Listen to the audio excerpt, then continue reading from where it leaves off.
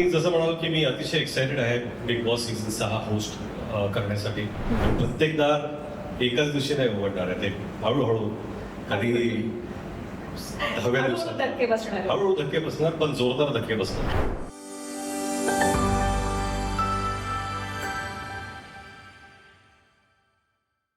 तसं तर आपल्या एंट्रीचे सगळेच वाट बघतात, पण मी ठरवतो एंट्री कधी आणि कुठून घ्यायची.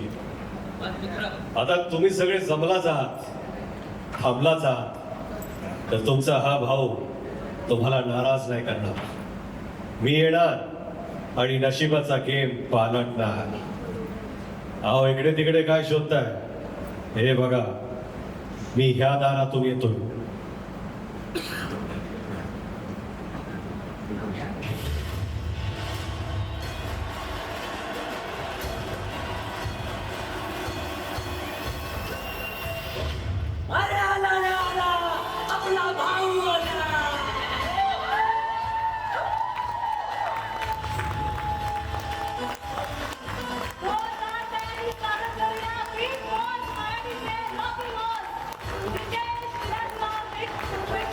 मागचा सीझन वाजवलाय, यंदाचा गाजवायचा आहे.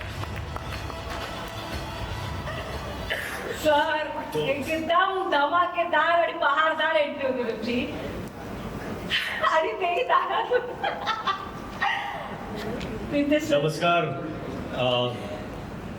बिग बॉस सीझन 6 तर्फे मी तुम्हा सगळ्यांचे स्वागत करतो. जान्हवी, परत एकदा बिग बॉसच्या स्टेजवर भेटून मला फार बरं वाटलं. मलाही. सर तुमचं खूप खूप खूप स्वागत आहे. थँक्यू. बापरे, गेल्या वर्षी सर म्हणजे मी प्रत्यक्षात तुमचं प्रेमही अनुभवलंय, तुमचा रागही अनुभवलाय खूप जास्त. सो आजही ना सर सीझन संपलाय तरी शनिवार रविवार आला की असं कधीही वाटतं की तुम्ही टीव्हीतून बाहेर आला आणि आता मला ओरडा, कारण की कौतुकापेक्षा ओरडा जास्त नाही. अहो त्यात माझा दोष नाही आहे. तुम्ही जे टीव्हीवर करणार तसंच मी वागणार ना. म्हणजे तुम्ही जर असं काही केलं असतं त्याच्यामुळे मला ओरडावं लागलं नसतं तर मी तसा वागलो असतो. हो सर, पण कौतुकही केलंय. कौतुकही भरपूर केलं येस तुमचं. Sir, yes sir. खरंच मी खूप मिस करते. आणि परत यायचं तुम्हाला? मला आवडेल. नाही, मला खरंच आवडेल, कारण की बिग बॉस हा शो खूप मनापासून, म्हणजे मी खूप इमोशनल होते बिग बॉस हे नाव ऐकलं तरी सर. आणि मला खूप ते दिवस आठवतात, केलेल्या चुका आठवतात आणि ओरडणं आठवतं. मी खूप मिस करते सर ओव्हरऑल सगळंच सगळंच सगळंच. आणि ऍक्च्युली बिग बॉस हा शो तुम्ही मागच्या वर्षी होस्ट केलात आणि खूप कमालीचा एक्सपिरियन्स होता आणि तेव्हाही खूप धक्के बसले आम्हालाही, कारण की माहीत नव्हतं, कारण की तुमचा हा स्वभाव जगात कोणीही बघितला नव्हता आणि तो जवळून. माझा हा स्वभाव मी सुद्धा पाहिला. अगदीच अगदीच अगदी सर, अगदी सर. आणि आता आपण भेटलोच आहोत तर एक सेल्फी घेऊया प्लीज. हो sure, of course. Yes, mobile please. आणि सर एक अशी सेल्फी घेऊया आपण की ज्या सेल्फी मध्ये सगळे पत्रकार सुद्धा येणार आहेत. येस सर, तुम्हाला. अच्छा, मलाच घ्यायचे? हो sir. Lights. Okay.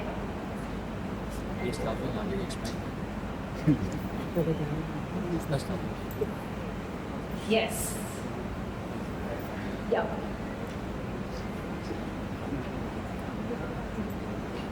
Thank you.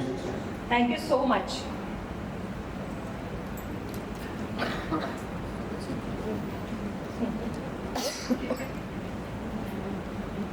Sir यावर्षी म्हणजे माझ्याप्रमाणे संपूर्ण महाराष्ट्र सगळे पत्रकार सुद्धा उत्सुक असणार आहेत की या वर्षी नक्की नवीन काय असणार आहे, नवीन काय काय गोष्टी होणार आहेत. आणि तुम्ही नक्की या वर्षाचं, ऍक्च्युली हे बिग बॉसचं नवीन सीझन म्हणजे या वर्षातलं महाराष्ट्राला दिलं गेलेलं सगळ्यात मोठं गिफ्ट आहे. बिग बॉसचं सीझन.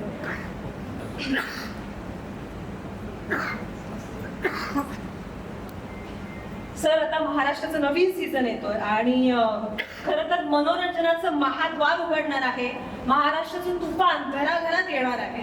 आणि खरं तर हे ऐकलं आणि सगळ्यांचा जीव भांड्यात पडलाय. तारीख समजले काय आहे, वेळ समजले काय आहे. आणि बिग बॉस मराठी म्हणजे नेहमीच वेगळे पण असतं. अगदी घराच्या लुक पासून ते दिसणाऱ्या सगळ्या कंटेस्टंट पर्यंत सगळंच काय काय आपल्याला नवीन गोष्टी पाहायला मिळणार आहे. सो घर तयार आहे आणि कंटेस्टंटही ठरलेच असतील. तर प्लीज सांगा ना सर, यावेळी कोण कोण असणार आहे बिग बॉसच्या? नाही, खरं म्हणजे फार म्हणजे जवळपास सगळ्यांचा असं गैरसमज आहे की जे कंटेस्टंट येतं ते मला माहिती असतात कोण आहे कोण. तुम्ही जसं मला विचारलं तसं मी बॅचच्या विचारलं कोण आहे, मला तरी सांगा. तरी पण मला असं वाटतं की ज्या दिवशी कंटेस्टंट घराच्या आत जातील त्या दिवशीच मला कळेल ते आहेत. पण मी पण अतिशय तुमच्या एवढाच उत्सुक आहे हे ओळखून घेण्यासाठी की आत घरात कोण कोण जाणार आहे. कारण ह्या वर्षीचं सीझन खरंच प्रचंड एक्साइटिंग असणार आहे. बिग बॉस मराठी आणि कलर्स ची जी क्रिएटिव्ह टीम आहे त्यांनी भरपूर मेहनत घेतलेली आहे. काहीतरी नक्कीच कुठल्याही लँग्वेजेसमध्ये बिग बॉसच्या ज्या भाषेत सीझन होतो जे घडलं नाही ते ह्या सीझनमध्ये घडणार आहे. जसं गेल्या वर्षी सुद्धा मला वाटतं की जेव्हा बिग बॉस सीझन चालू होता मराठी त्यावेळेस माझे कितीतरी हिंदी भाषिक मित्र होते जे बिग बॉस पाहायचे आणि फिल्म इंडस्ट्रीमधले मित्र होते. ते मला फोन करायचे की बाबा एवढं इंटरेस्टिंग सिच्युएशन्समध्ये मराठी सीझन होतोय का, लोकांना कंटेस्टंट घेऊन जात आहेत. ते आपल्याला कसं इथं म्हणता येत नाही की दुसऱ्या सीझन पाहतात दीपक बसलेले आहेत म्हणून. पण मला वाटतं की एक वेगळी ओळख मराठीने गेल्या वेळेस सोडली होती टी व्हीवरती, त्याच ओळखेला आपण आता अजून थोडं पुढे घेऊन जातो. Sir, Big Boss Marathi season 6चा त्या प्रोमोचा डायलॉग म्हणजेच गेल्या वर्षी गाजवलंय या वर्षी वाजवणार, हा तुमचा डायलॉग सोशल मीडियावर तुफान गाजतोय. खूप साऱ्या रील्स होतात आणि प्रोमोलाही खूप छान प्रतिसाद मिळाला आहे. सो मला असं विचारायचं की ह्या सीझनसाठी नक्की तुम्ही काय तयारी केली आणि इतकी मोठी जबाबदारी पेलताना नक्की काय भावना आहेत तुमच्या मनात? मी जसं म्हणालो की मी अतिशय एक्सायटेड आहे बिग बॉस सीझन 6 होस्ट करण्यासाठी. आणि गेला सीझन माझा फर्स्ट एक्सपिरियन्स होता. मला खरंच भरपूर आवडला तो प्रवास. हा छान होता. तुम्ही कंटेस्टन्स तुमच्यामुळे सगळ्यांमुळे. तर आय एम होपिंग की ह्या वेळेस सुद्धा एक्सायटिंग कंटेस्टंट येतील, एक्सायटिंग गोष्टी घडतील. तयारी तशी मी काहीच केलेली नाही आहे. जसं गेल्या वेळेस आलो तसंच मी येणार आहे. आणि काय की मी रिॲक्टिव्ह पर्सनॅलिटी आहे. बिग बॉसचा जो होस्ट असतो जे आठवडाभर घडलंय त्याच्यावरती तो रिॲक्ट करणार आहे. जोपर्यंत ते ॲक्शन्स घडणार नाहीत तोपर्यंत होस्ट काहीच रिॲक्ट करू शकत नाही.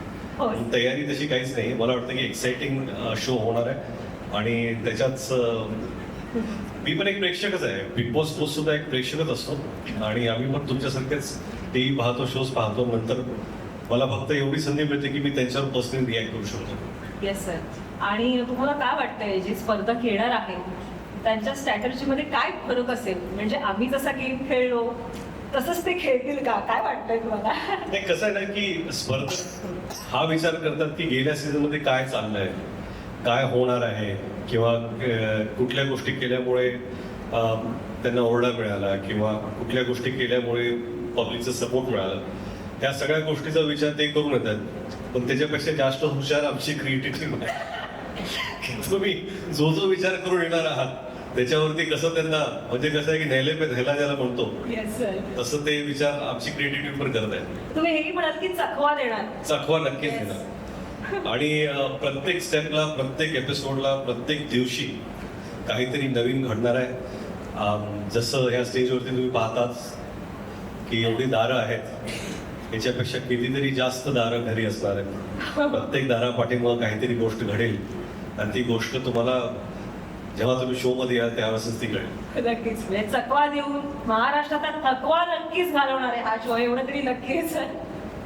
पण यंदाच्या घरात ना खूप रहस्यमयी दारं आहेत. आता आपण स्टेजवर पण पाहतोय. ती दारं नक्कीच सरप्राईज देतील की धक्का देणार आहे? तुम्ही काय सांगाल? म्हणजे या वर्षीचे स्पर्धक गेम प्लॅन्स करून येतील, स्ट्रॅटर्जीज असतील आणि त्यांच्या स्ट्रॅटर्जीमध्ये काय उलथापालथ असेल मला वाटतं की कसं आहे की प्रत्येक वेळा एखादा कंटेस्टन्स काहीतरी विचार करून येतो की मी आता ही स्ट्रॅटेजी वापरणार आहे. परंतु प्रत्येक दारा पाठ्यामागे मला असं वाटतं की काही सुखद धक्के असतील, काही जोरदार धक्के पण मिळतील. सरप्राईजेस तर भरपूर असणारच आहेत. दार म्हटले की दारा पलीकडे काय आहे याची उत्सुकता जेवढी आपल्याला असेल प्रेक्षक म्हणून, तेवढीच कंटेस्टंट म्हणून त्यांना पण असेल. आणि प्रत्येक दार एकाच दिवशी नाही उघडणार आहे, ते हळूहळू कधी 10व्या हळूहळू दिवसात धक्के बसणार आहेत. हळूहळू धक्के बसणार, पण जोरदार धक्के बसणार. नक्कीच. आणि त्या धक्क्यांवर तुमचा कसा रुबाब दिसणार आहे? तुम्ही मागच्या वेळीपेक्षा अजून जास्त चिडणार आहात की काय होणार? अहो, माझं चिड दाढ करणार आहात सर? माझं चिडणं तुमच्यावर अवलंबून आहे. तर मला वाटतं कंटेस्टंट जसे बिहेव करतील तसं मला डिरेक्ट करावं लागेल. आणि काय आहे की होस्ट म्हणजे तुम्ही कंटेस्टंटच्या जीवनात जास्त इन्व्हॉल्व पण होऊ शकत नाही, कारण की त्यांचा तो प्रवास त्यांचा असतो. तो प्रवास होस्ट म्हणून तुमचा नसतो. आणि मला वाटतं की करेक्टिव्ह मेजर्स, थोडंफार गायडन्स आणि एकच कम्युनिकेशन आहे कंटेस्टंटमध्ये होस्टमध्ये. हा. त्यामुळे बाहेर काय चालू आहे त्यावेळेस त्याची सगळी माहिती आम्हाला असते. आणि काय आहे की आज फक्त टीव्हीवरचे प्रेक्षक नव्हे तर सोशल मीडियावरती एवढ्या प्रतिक्रिया येतात लोकांचे.